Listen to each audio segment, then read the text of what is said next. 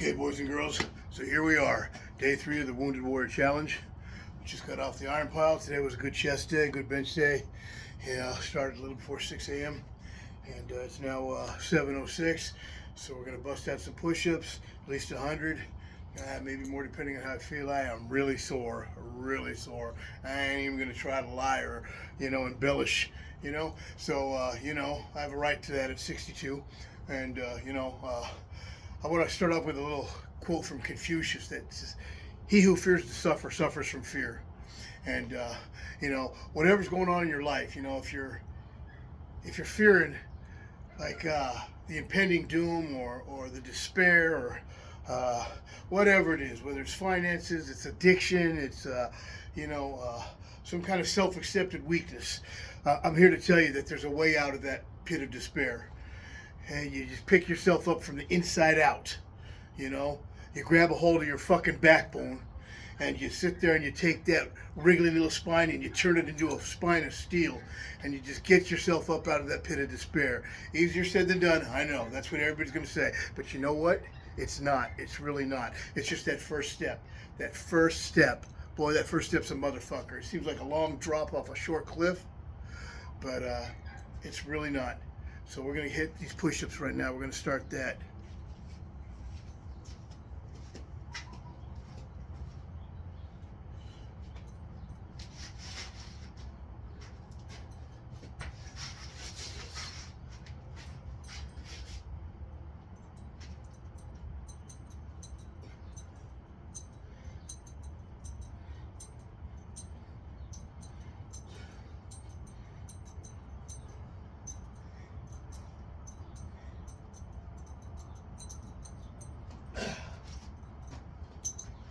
Okay, that was 20 or 21 or 22 or something like that, whatever the case it might be.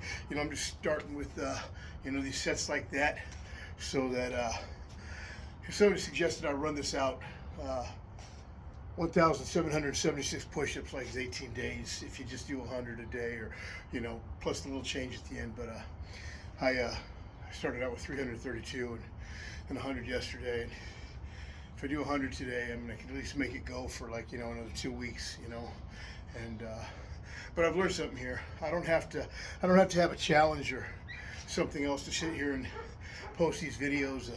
I'm still not really comfortable doing it, I gotta be honest with you there, but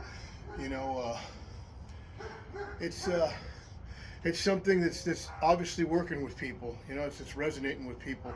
I've had a couple of donations through Venmo to my email address, Casper Odinson at yahoo.com. And I want you guys to know I appreciate the hell out of what you're doing, because it's rough out here, for everybody. And I know it's rough to stick your hand in your own pocket and part with any money. I mean, the price of bills and everything else, and man, California's just a tax you to the hilt state, So I want you to know I appreciate that. My wife and I both appreciate it. And I'm gonna have to go to the DMV today and go in the hole a little bit to pay $500 for my fucking 2001 Silverado tags. I mean, fucking hey, 2001, are you kidding me? But that's okay. Hey, I used to dream about the day to be out here to complain about this stuff, instead of just sitting on my ass thinking, I don't even have those kind of problems. I'm not even part of the human race out there. Well, I'm now. And you know what? They're minuscule compared to the problems I used to have. And whatever you're facing, all you got to do is say, hey, I choose. That's the word. I choose. I elect. That's you. You elect to get up, get off your ass, evict that self-accepted weakness from your life, and say, hey, today's the day. Today's the motherfucking day. Today's the day that I take my life back. That I take control of my fucking life. It's my life. I'm calling the shots here. I take control back. And no matter what you face after that, once you're on that road right there, no matter what you face, that's the business right there, brother, sister. I'm telling you, that's the real deal.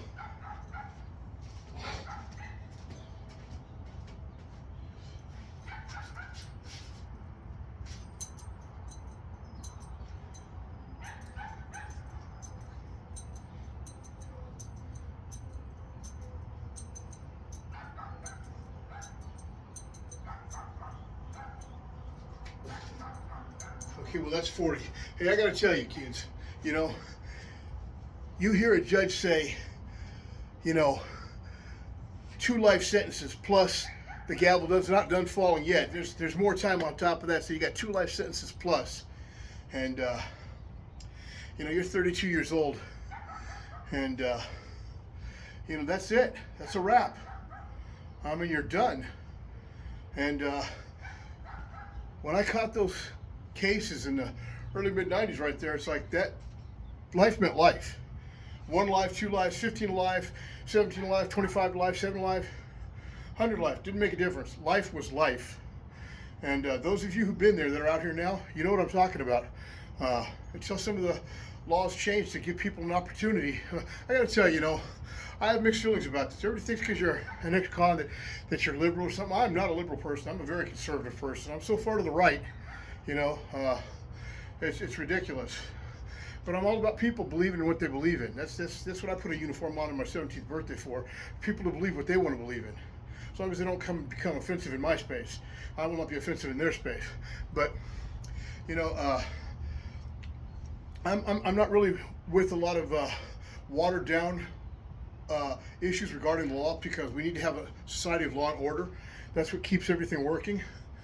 But I'm going to be honest with you, you know, from somebody who's been in the system for almost 40 years of my life, you know, and raised in a good family that didn't have prisoners and stuff like that. I got to tell you, man, 20 years is a sentence. You know, if somebody doesn't change their life after 20 years, they're not going to change at all. So keeping people in prison, going to the board 30, 40, 50 years later, you know, sans the pedophiles and the rapos, you know, I mean, there's just, to me, they get no fucking kind of fucking air from me. You know? But other than that, 20 years, 20 years is the time essential to straighten out your life, to figure it out, say, hey, you know what, I don't want to be this person anymore, or you're going to just keep fucking up in prison and you'll stay there. Here's my solution to the prison situation. You know, when I came in the system, Jerry Brown had just taken the life sentences and turned it into what they call day for day, if you will. It never really amounted to day for day, but, you know, good time. But what he did was he took this sentences and he said, okay, you know what? For every day you work or go to school or do good, you'll get a day of credit as well. That'll be matched. So when they did that, though, they took away all the lives except for first and second degree murder, life without death penalty, what have you. So so all of a sudden you had determined sentences all of a sudden. So a guy could go to the joint and just be a fucking idiot and just do dope all day, or fucking, you know, whatever the fuck he wants to do. And he just maxes time out. He's got 4 years, and who cares? He's walking out the door anyhow, unless he catches a new case. There was no incentive at all to try to change your criminal thinking or what it is that you wanted to do, because you're just killing time. You're just marking time. You're biding your time to get the fuck out and go right back to the life you left. I think we should go back to the life sentences. What I mean is 1 to life, 3 to life, 5 to life, 7 to life, you know, 10 to life, 20 to life, and that's it. And what I mean by that is, under the old laws, the way it was, is the way it should be again. You should go back and you should, if you get 1 to life, you go to prison, you're there for a year. At 8 months, you're eligible to go to the board. You know, if you've done productive time, then the board should let you out at that 1 year mark, that 1 to life.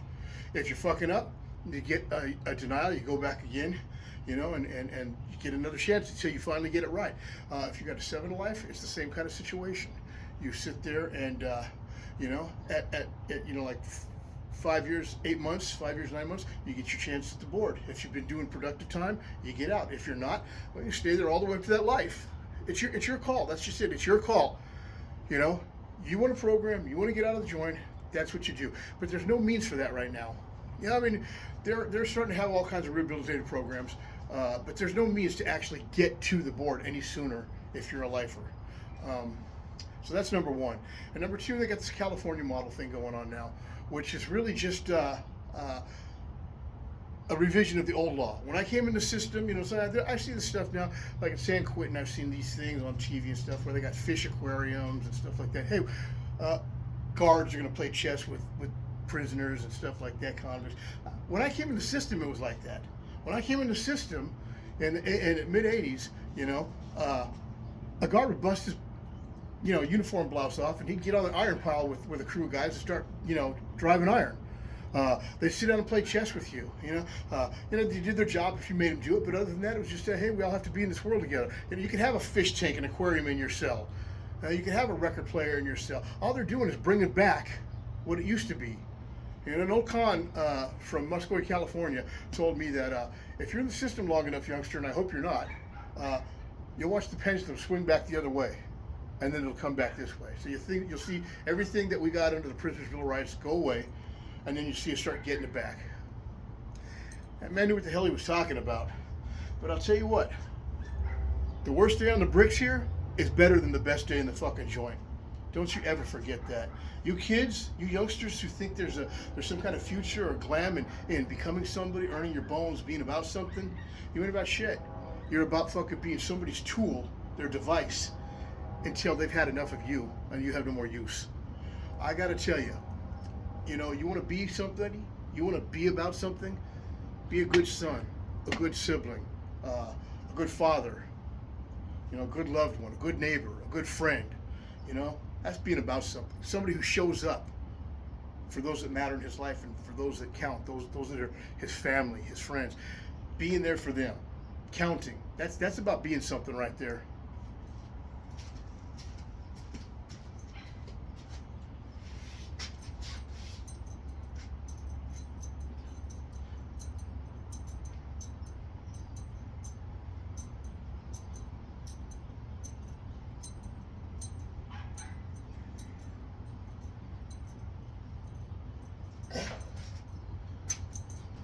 Okay, that's 60.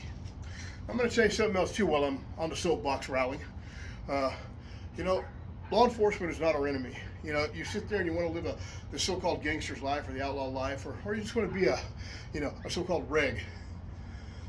Law enforcement didn't put you in prison. Your choices put you in prison. Getting caught for your choices put you in prison. For those of you coming up on the streets, the cops are not your enemy.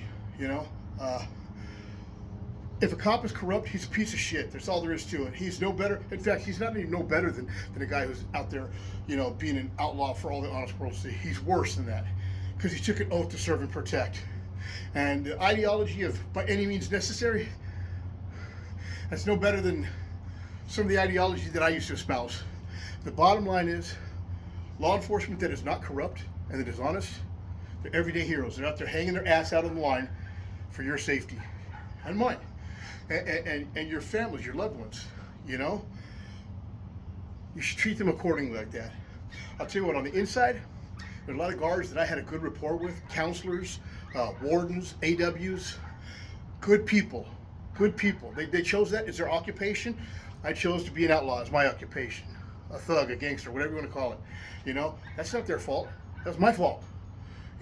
So I start getting to know these people. They start getting to know me. They never asked me to rat or be their snitch. I never asked them to compromise their job by bringing me things, their job security. So, we talk about things like Harley Davidson, which I love.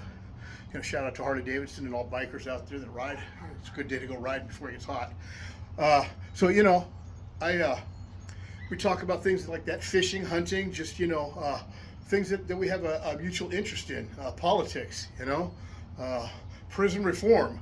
You'd be surprised how many fucking guards, counselors, administrators really, really want prison reform. They get crapped on by their administration, by their supervisors, just like the convicts do. I can tell you that from firsthand. A lot of these guys, they get crapped on, they get crapped on big time, just like we did in there. And I'll tell you what, that's got a high rate of alcoholism in the Department of Corrections employees, high rate of suicide. I've known some of these people individually.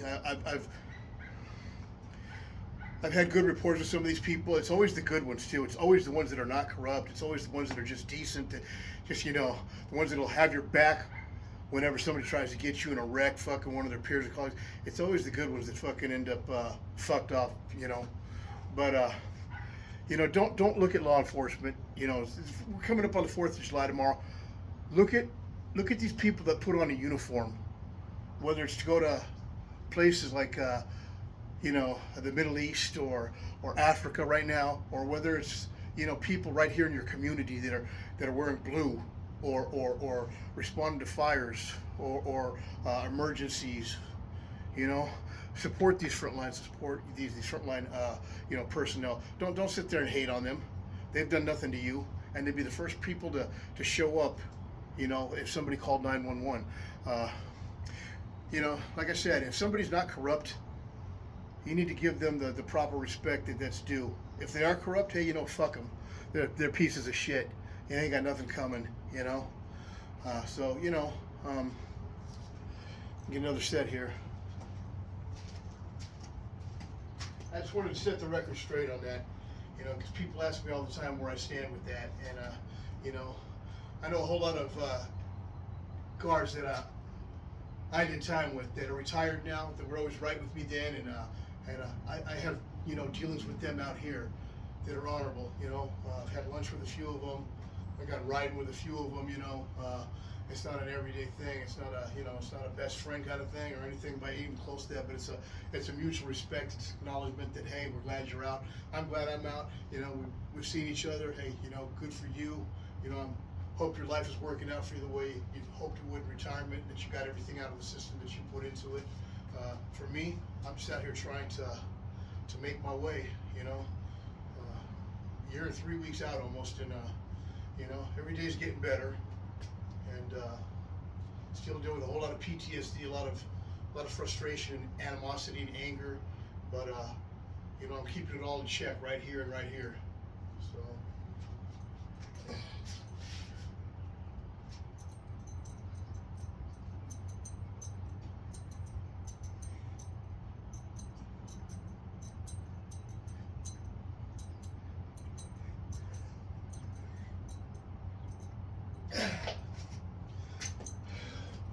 That's 80.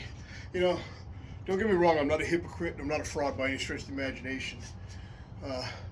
Prior to this last term, you know, I was so indoctrinated and so fucked up in the skull on what I was doing. I had absconded from parole and from a court case for a simple ex-con in possession of a firearm from when the SWAT team broke into his house at, you know, 4 o'clock in the morning on me. And I was absconded. I had this gal taking me from the low desert to the high desert to a safe house that was going to give me refuge for, you know, a few weeks until I could get south of the border. Get together with this forger that I have finally got together with, that, you know, his house where the incident happened that sent me back. Anyway, we're on our way up to the desert, and we're, you know, heading toward the backside of Joshua Tree National Monument. There's a road there called Box Canyon, Cotton Springs Road or something like that. It's the back entrance off the freeway going into Joshua Tree National Monument.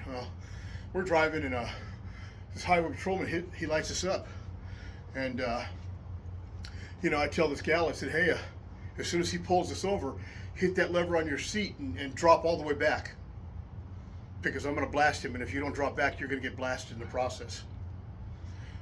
That's where my head was at. And fortunately, it didn't come to that. He got another call. That was fate, mine and his. For a moment, it was intertwined, and then Odin had other designs. He ended up going around us, told us slow down, and he took off past us.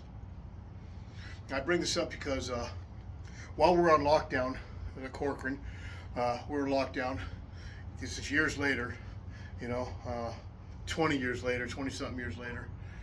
My wife sends me a letter and a newspaper article that she thought I would get after she talked to me on the phone, but we got locked down that day, so we didn't get to talk. A couple days later, I got this article in this letter, and my second youngest son, Johnny, he got killed in a shootout with the Highway Patrol and the Cathedral City Police Department, right there at that very spot on the freeway.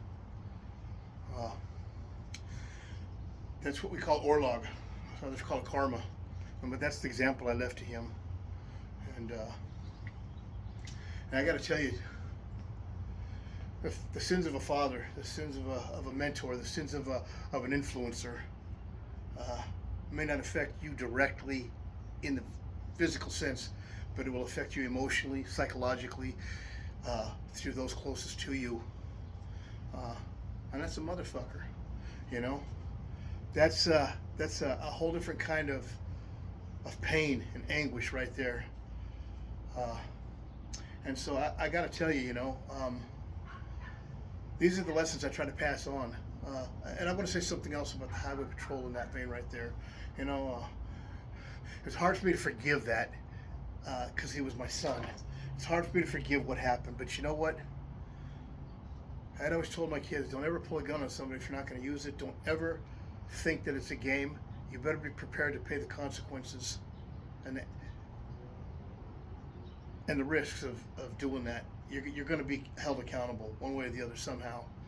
And sure enough, he was. So I had to dig down deep. And I had a neighbor named Ward Washington. He was a California highway patrolman. He got killed in a freak accident at In-N-Out Burger while he was eating his lunch in Walnut, California, off the 60 freeway, I think it was. A truck came off the highway, bounced off this fence, and he went behind his car and it crushed him.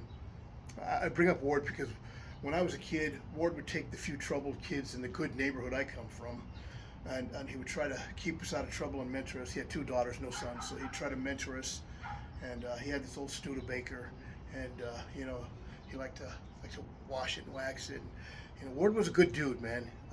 He shaved his head, and that's why I started shaving my head originally, was because in memory of Ward Washington. And I started shaving my head in prison. There was only another guy named Gino from Long Beach. He was shaving his head on the yard in the hole, San Quentin. Everybody else had hair, big mustache, slick back hair, But, so Ward was a friend, and he was a good friend. And, I think about every highway patrolman that I see on the road, and I always try to hold a respect in my heart for them because of Ward, because of what Ward tried to do to me. It would have broke his heart to know that I ended up in the joint for as long as I did. And, so, he was an uncorruptible kind of guy, and he was a good guy. And, he cared about what happened to the kids in the neighborhood, especially us little wayward boys. And so, if that had happened between me and that CHP that day when I was absconded going from the low desert to the high desert, I don't know what that would have done to my head, but Odin did, and that's why he changed the dynamics of what would happen, and it didn't happen that way. But I'm not proud of some of the stuff I've done. I have engaged law enforcement in shootouts, in gun battles. There's some that are probably watching this who were part of that. They know that. In fact, they had over the years developed a respect for me and I for them. But I got to tell you, this life is not for the it's not for the weak-hearted, the feeble-minded. Hesitation will get you killed, no matter what you're doing. Second guessing yourself will get you or people around you killed or hurt.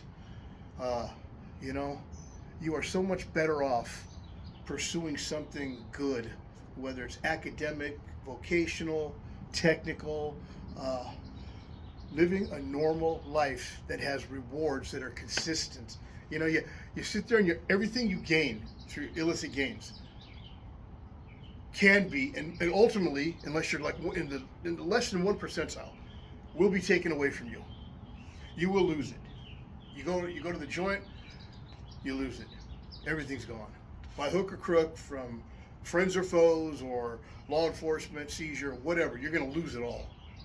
When you're out there doing something right and honest and noble, your character starts matching that, and all the things you have, all the toys you acquire, all the possessions you have, you don't have to worry about somebody coming and taking those. Nobody's coming to repossess as long as you're making your payments on things. Nobody's going to take them through seizure from the government for breaking the law, because you're not breaking the law. That's where it's at. Go put your work in, put your sweat in, and you know what? Enjoy the yield of your labors. That's That's what's happening. That's what I'm trying to do now. That's what I'm trying to do with my life for the first time in my adult life. You know, and you know, I had a hard head. Hard heads make soft asses. So you know, it took me a long time to learn it, but you know, I got it. I finally got it when the door slammed behind me for the last time. I thought I was never getting out, and here I am, and here you are watching me, and those of you that are supporting me and making you know, donations here and there. I like I said, I appreciate the hell out of you. I'd say it's rough out here. I mean, I appreciate the donations. I'd really like just to find some part-time work where I could just, you know, carry my own load. I mean, my Social Security kicks in next month, and hopefully my VA disability will amount to something. But I appreciate you folks. I do, and you know, I'm gonna get this other set here.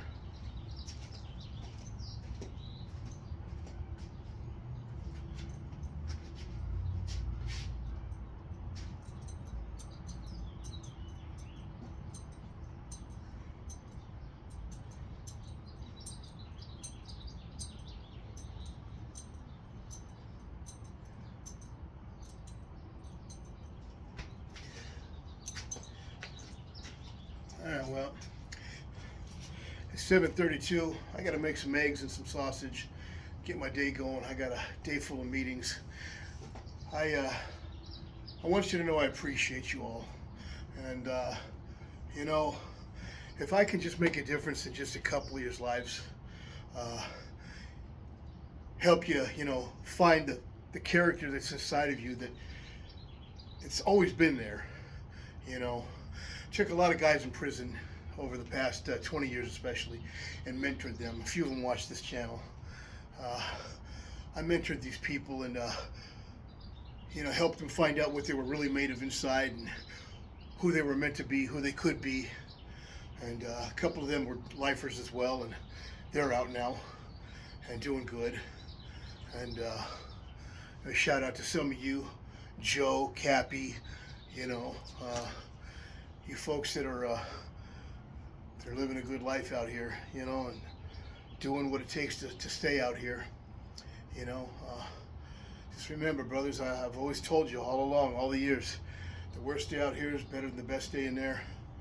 And you know, if there's any suggestions of content that you'd like me to talk about other than glorifying a past life, that's has-been stuff. I'm not a has-been, I'm a now. I'm here, I live today in this moment, not yesterday, and a bunch of stuff that was ugly and cost a lot of people, you know, a lot of pain. So if you got some ideas, suggestions of what you'd like me to discuss or talk about, please feel free to like this stuff and you know, send me your comments, and I will consider them at length, and I will address those issues for you.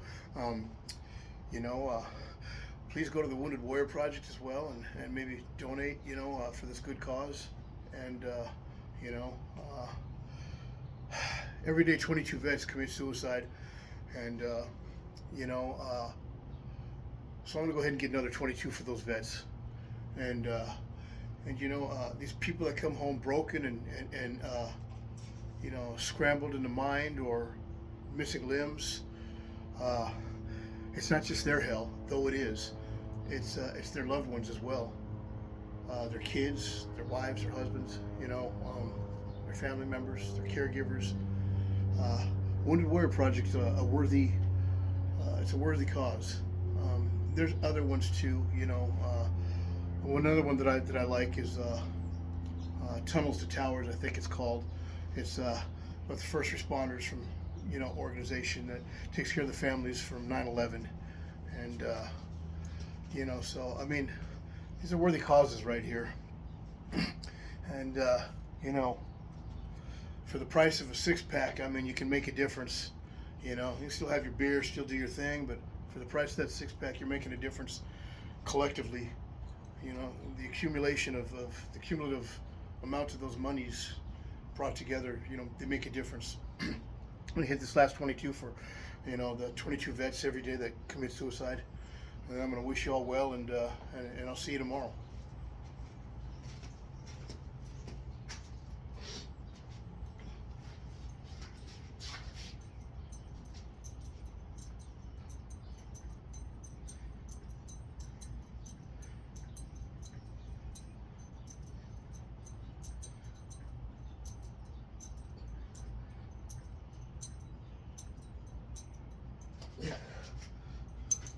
Okay, so that was a little more than 22. Put a little extra something on it.